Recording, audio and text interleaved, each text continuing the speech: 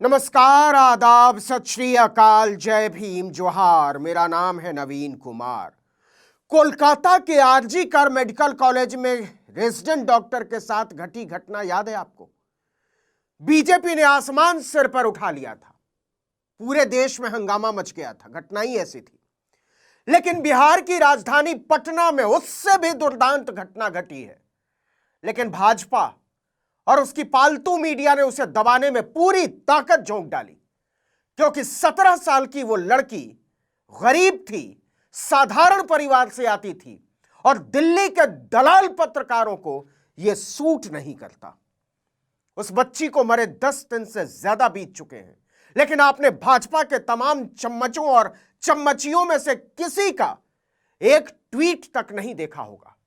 न रूबिका लियाकत का, न सुशांत सिन्हा का, न सुधीर चौधरी का, न नविका कुमार का, किसी का नहीं देखा होगा। जानते हैं क्यों? क्योंकि नीतीश कुमार के उत्तराधिकारी उप मुख्यमंत्री और गृह मंत्री सम्राट चौधरी का स्वागत बलात्कारियों ने अपने हाथों से टीका लगाकर किया है। यकीन ना हो तो देखिए पटना मेडिकल कॉलेज की पोस्टमार्टम रिपोर्ट। इस पर साफ साफ लिखा है बलात्कार, और इसके बाद लिखा इलाज के क्रम में मौत हुई है। 17 साल की उस बच्ची की मौत नहीं हुई है साहब, उसे मारकर फेंक दिया गया है पोस्टमार्टम हाउस के बाहर।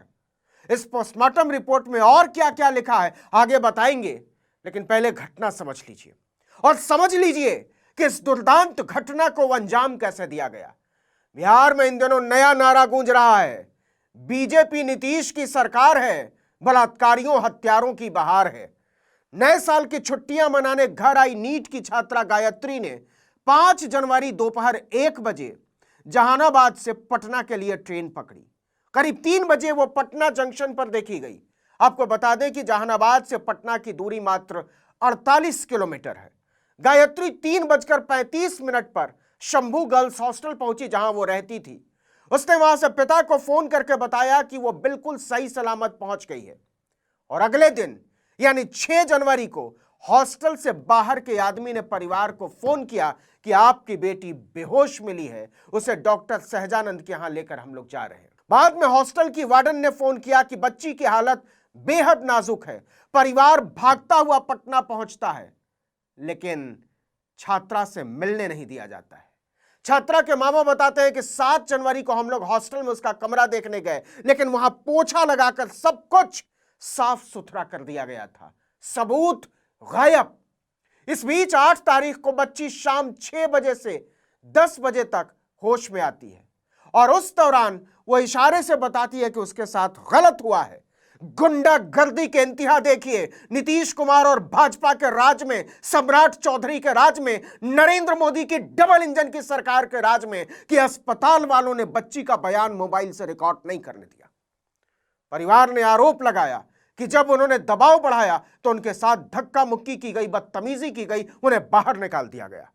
परिवार के कान तब खड़े हुए जब प्रभात मेमोरियल के ही एक डॉक्टर ने चुपके से बताया कि आपकी बच्ची के साथ गलत हुआ है। इसके बाद परिवार एफआईआर दर्ज कराने पर अड़ जाता है, लेकिन पुलिस एफआईआर दर्ज नहीं करती है। घटना 6 जनवरी की, एफआईआर दर्ज होती है 9 जनवरी को। इतनी बड़ी घटना के 3 दिन बाद तक पुलिस टीम सबूत जुटाने हॉस्टल ही नहीं पहुंचती।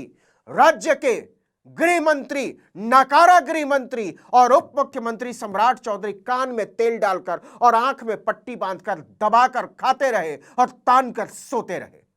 इंतहा यह हो गई कि थानेदार रोशनी कुमारी ने अपने प्राइवेट डॉक्टर प्रेम को भेजकर 9 जनवरी को हॉस्टल से डीवीआर मंगाया।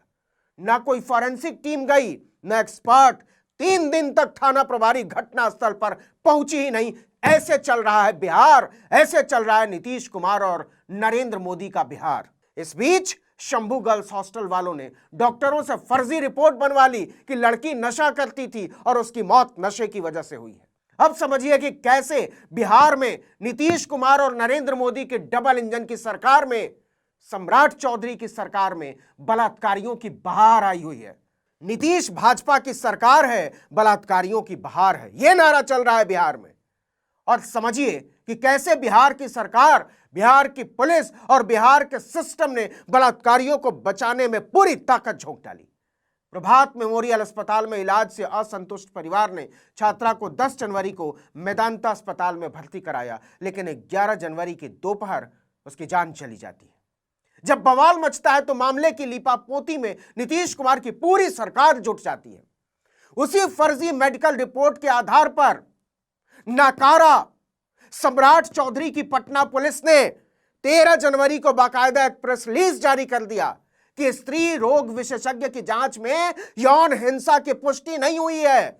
झूठ बोलती थी। सम्राट चौधरी की पुलिस वो बलात्कारियों और हत्यारों से मिली हुई थी। 8 जनवरी को छात्रा के यूरिन में नींद की गोलियों का डोज पाया गया। पुलिस ने कहा, उसने कहानी बनाई कि गायत्री के मोबाइल की सर्च हिस्ट्री में 24 दिसंबर को आत्महत्या और 5 जनवरी को नींद की दवा के संबंध में सर्च किया गया था। इसके बाद परिवार पोस्टमार्टम कराने पर अड़ जाता है। पटना मेडिकल कॉलेज में हुए पोस्टमार्टम की रिपोर्ट में सामने आ गया कि बच्ची यौन हिंसा की शिकार बनाई गई थी। इतना ही नहीं, पोस्टमार्टम रिपोर्ट में साफ लिखा है कि बलात्कार के दौरान छात्रा से बहुत ज्यादा जबरदस्ती की गई है। 2 घंटे तक वो दरिंदों से लड़ती रही। उसकी गर्दन और कंधों के आसपास नाखून के गहरे निशान मिले। इतना ही नहीं, छाती और कंधे के नीचे वाले हिस्सों पर खरोंच के कई निशान मिले। उसे बुरी तरीके से घसीटा था, नोचा था दरिंदों ने, भेड़ियों ने। पोस्टमार्टम रिपोर्ट में सामने आया है कि पीठ के हिस्से पर नीले निशान थे और उन्हें बेरहमी से किसी सख्त चीज से रगड़ा गया था। रिपोर्ट में यह भी सामने आया कि छात्रा के प्राइवेट पार्ट पर बहुत गहरी चोट थी और बहुत ज्यादा खून बहा था, और इसकी वजह थी लड़की के भारी विरोध के बावजूद बेदर्दी से उसे रौंदने की हवस। पोस्टमार्टम रिपोर्ट में यह भी लिखा है कि इस घटना में 1 से ज्यादा लोग शामिल हो सकते हैं। लेकिन बिहार के नीतीश भाजपा सरकार में बलात्कारियों की बहार की यह कहानी यह खत्म नहीं होती है। इतने के बाद भी बच्ची बेहोश नहीं हुई, खुद को बचाने की कोशिश करती रही। वह जिंदा थी, मौत से संघर्ष कर रही थी। परिवार ने आरोप लगाया है कि अस्पताल में उसे जानबूझकर मार दिया गया ताकि बलात्कारियों को बचाया जा सके। इसी वजह से 3 दिन में उसके 3 अस्पताल बदल दिए गए। इसके बाद की सरकारी गुंडागर्दी की इंतहा देखिए। पोस्टमार्टम के बाद परिवार बच्ची का शव, 17 साल की बच्ची का शव करगिल चौक पर रखकर अंतिम संस्कार करने से इनकार कर देता है। यह खबर पटना में आग की तरह फैलती है, लेकिन सम्राट चौधरी की पुलिस, नीतीश भाजपा की पुलिस बलात्कारियों और हत्यारों को छोड़कर उन लोगों के पीछे पड़ जाती है जो न्याय की मांग कर रहे थे। 6 लोगों पर नामजद और 150 अज्ञात लोगों के खिलाफ केस दर्ज कर दिया जाता है। उस दिन तक बिहार के गृह मंत्री सम्राट चौधरी का नशा टूटा नहीं था। बिहार के लोग इसके खिलाफ सड़कों पर उतर आते हैं। शंभू हॉस्टल पर पथराव होने लगता है। जिस अस्पताल ने झूठी रिपोर्ट बनाई, उस अस्पताल के डॉक्टरों को गिरफ्तार करने की मांग उठने लगती है। तब जाकर गृह मंत्री को होश आता है कि इस पर एसआईटी बनानी चाहिए। राज्य के एडीजी अमित कुमार जैन के नेतृत्व में एसआईटी जांच शुरू होती है, या कहिए जांच का नाटक शुरू होता है। इस पूरी घटना ने बिहार में बलात्कारियों और हत्यारों की बहार का उपन्यास छाप दिया है। लेकिन इस पूरे मामले में जो हैरान कर देने वाला है वह है इंडियन मेडिकल एसोसिएशन का रवैया। जब जनता नशे की झूठी मेडिकल रिपोर्ट देने वाले डॉक्टरों को जेल में डालने की मांग करने लगी तो आईएमए ने डीजीपी को चिट्ठी लिखकर सुरक्षा की मांग कर डाली। लेकिन उसी आईएमए ने एक बार भी नहीं कहा कि हम झूठी मेडिकल रिपोर्ट बनाने वाले डॉक्टरों का लाइसेंस रद्द करेंगे, उन्हें इलाज का हक नहीं है। पुलिस ने खुद कहा कि स्त्री रोग विशेषज्ञ ने यौन हिंसा की पुष्टि नहीं की है। आखिर कौन है वो स्त्री रोग विशेषज्ञ? क्या ऐसे संवेदनशील मामले में झूठी रिपोर्ट बनाने वाले डॉक्टर बलात्कार करने वाले दरिंदों से कम हैवान है? इस पर भी सोचने की जरूरत है। इस वीडियो में इतना ही, लेकिन अगर आपने आर्टिकल 19 इंडिया को अब तक सब्सक्राइब नहीं किया है तो फौरन कर दीजिए, बेल आइकॉन दबाइए, घंटी जैसी आकृति लाइक कीजिए और कमेंट करके बताइए हमारा वीडियो आपको कैसा लगा। हमारा ट्विटर हैंडल है article19_India और मेरा ट्विटर हैंडल है नवीन जर्नलिस्ट। नमस्कार।